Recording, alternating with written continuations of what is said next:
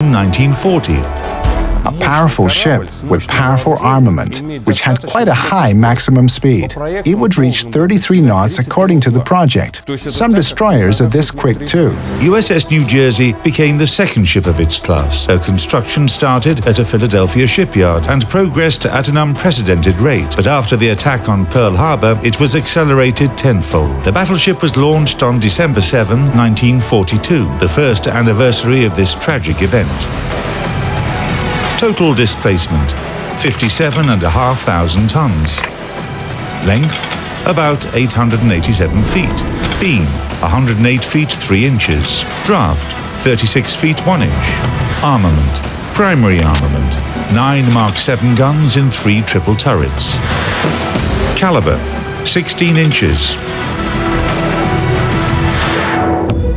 Dual-purpose artillery, 20 Mark 12 guns in 10 coaxial Mark 28 turret mounts. Caliber, 5 inches. Anti-aircraft artillery, 20 quadruple Bofors gun mounts. 49 0.8 inch Mark 2, 3, 4 Oerlikon autocannons. Air Group, 3 Vought OS-2U Kingfisher floatplanes. Armor, main belt, 12.1 inches. Primary armament turrets, up to 18.7 inches. Conning tower, up to 17.3 inches. Maximum speed, up to 32 knots. Range, 20,150 nautical miles.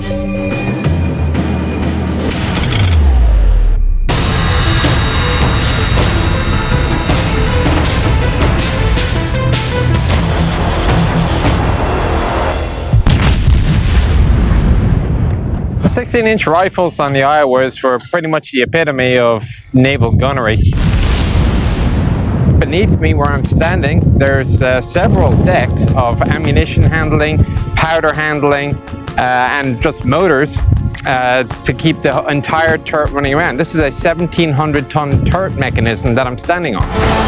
A powder magazine with 110-pound powder charges in silk bags was located in the lowest compartments, adjacent to the stationary part of a turret. They were transported to the loading compartment through a system of conveyors and elevators. So this arrow goes to red. That lets me know there's a bag here. I'm going to open this. The bag will come out, and then I'm going to roll the bag into here.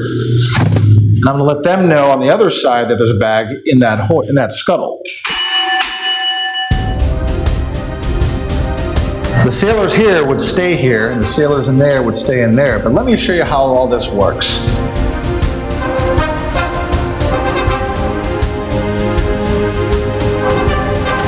So once the powder bag is in the scuttle, we know that the arrow is on red. They've put it there.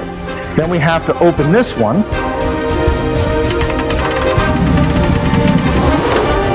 Brings out the 110-pound powder bag, and then the sailors would have to lift it and then put it right in here onto this tray.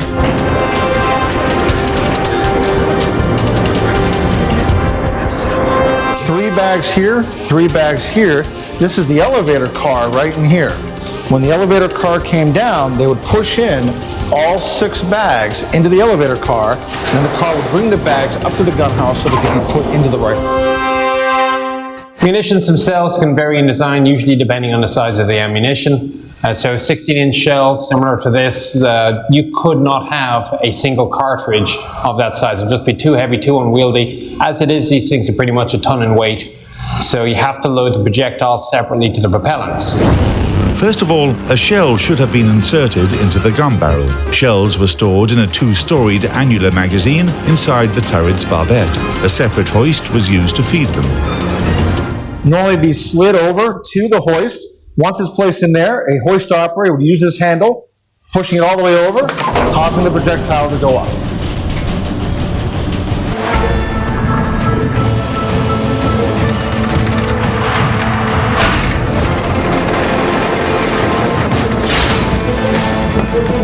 The loading process takes about 30 seconds, and when the gun is ready to fire, all that's left to do is pull the trigger. first, we have to let everyone on the ship know we're about to fire. So we sound the salvo alarm. Around the ship, it sounds like an and. Down here, it's a bell. And then we're ready to fire. This is the manual trigger right here. Once this is pulled, the guns are fired.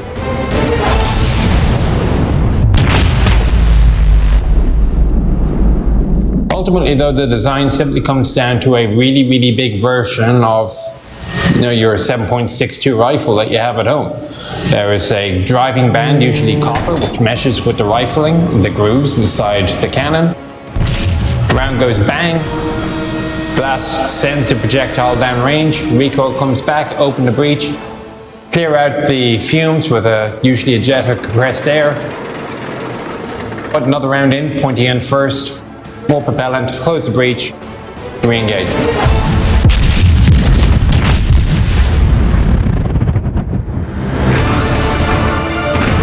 Mark 7 guns installed on New Jersey were considerably more powerful than the previous model, Mark 6. They had the same diameter of 16 inches, but the barrel of Mark 7 guns was longer, which increased the muzzle velocity of shells and, accordingly, its destructive potential. If we take a look at the biggest Japanese Yamato-class battleships, they had a caliber of 18.1 inches. It's an enormous barrel. Two skinny men could easily fit in there. However, they used heavy shells, which created problems. It didn't matter how long the Japanese made the barrels on Yamato, their shells had a lower muzzle velocity. So the primary armament of Iowa's, New Jersey in particular, had a caliber of 16 inches, but was on par with the power of 18.1-inch shells of Yamato. The diameter is smaller, but the power is almost the same as on Yamato-class battleships, and that was unique.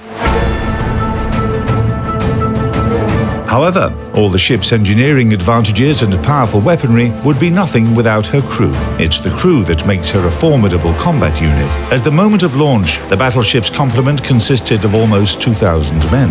Later, when the Pacific campaign was in full swing, the crew of New Jersey was extended to 3,000. It's really difficult to understand how all these people worked and interacted on this ship. Of course, the battleship was very big, but still, 3,000 men in a closed space. It's quite hard. Imagine nighttime. The ship is sailing forward, everyone is asleep, and all of a sudden, General Quarters. Airborne threat detected. People wake up and they don't even understand what's happening. They run reflexively without needing to think about where they're going. And it's all very simple. On the starboard side, you run to the bow. And on the port side, you run to the aft. And there are many airlocks in the way. And sailors are running one after another, going up and down the stairs. And the first few minutes look like complete chaos. However, in just 2 or 3 minutes, everything is calm. The ship is in complete order. Nobody is running. All men are at their battle stations. Everyone is already at their post and ready to carry out their duties. And then comes the battle. The shooting starts.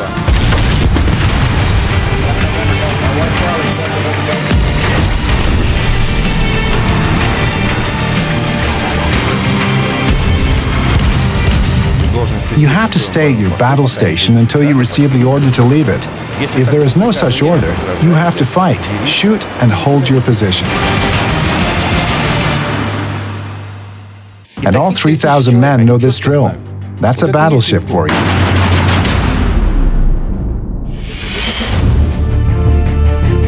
The battleship New Jersey, nicknamed Big J by her crew, underwent her baptism by fire on February 17, 1944. The objective of a U.S. operation was to capture a major Japanese fleet base on Truk Island. 9 aircraft carriers, 7 battleships, 10 submarines, and about 45 ships of other types took part in the offensive. When any major combat formations are on the move, an avant-garde is always assigned. The advance guard, screening, reconnaissance, and so on. 2 battleships were assigned on the avant-garde. Those were Iowa and New Jersey.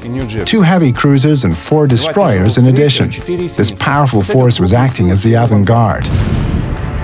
On this day, the task force encountered a Japanese unit consisting of the training cruiser Katori, 2 destroyers, and the armed trawler Shonan Maru. The balance of forces did not leave a single option for the Japanese. Even without using her primary armament guns, New Jersey and her escorts sank 3 enemy ships. Only destroyer Naoki was able to escape.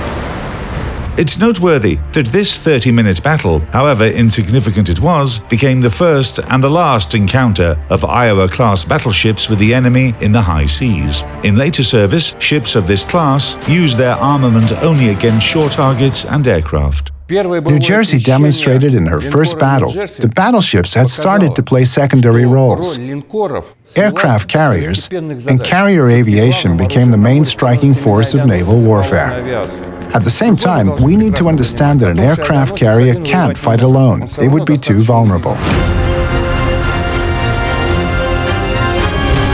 Battleships became reliable cover for aircraft carriers. Thanks to their excellent seagoing capabilities, they formed an integral battle complex with aircraft carriers. New Jersey had to use all of her anti-aircraft armament to fight off enemy planes multiple times whilst protecting Allied ships.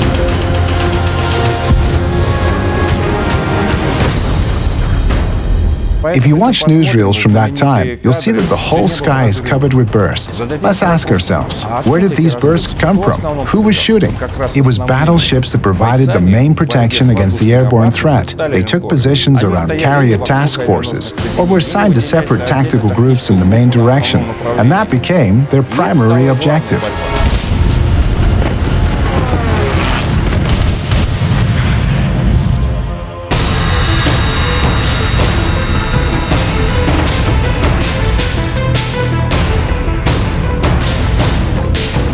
Up until the end of World War II, battleship New Jersey used her primary guns to bombard positions of the Japanese army on the Mili, Saipan, and Okinawa Islands. The battleship took part in fighting off enemy air raids against U.S. aircraft carrier formations in the Philippine Sea and provided support for landing troops. Thanks to the well-coordinated work of her crew and her captain, New Jersey didn't receive any significant damage throughout her years of service. She also performed brilliantly in U.S. military campaigns in the second half of the 20th century: Korea, Vietnam, Lebanon, and the Persian Gulf. Big J received 19 battle stars and is considered to be the most decorated ship of the U.S. Navy. New Jersey showed her colors in almost every port where she visited. With the arrival of missile technology, the battleship had a second life as a unique U.S. Navy ship combining her incredibly powerful artillery with a new armament type.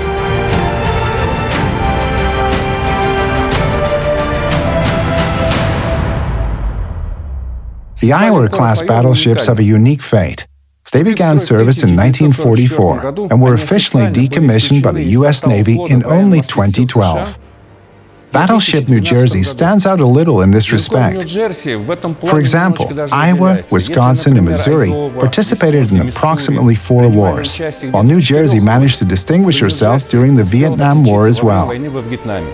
And she was the only ship from the legendary 4 that was on active service in the Persian Gulf. Battleship New Jersey is a museum now, and there are few ships as deserving as her. She is the pride of the American people. A sailor who served aboard USS New Jersey is someone that can be proud of their ship, country, and themselves.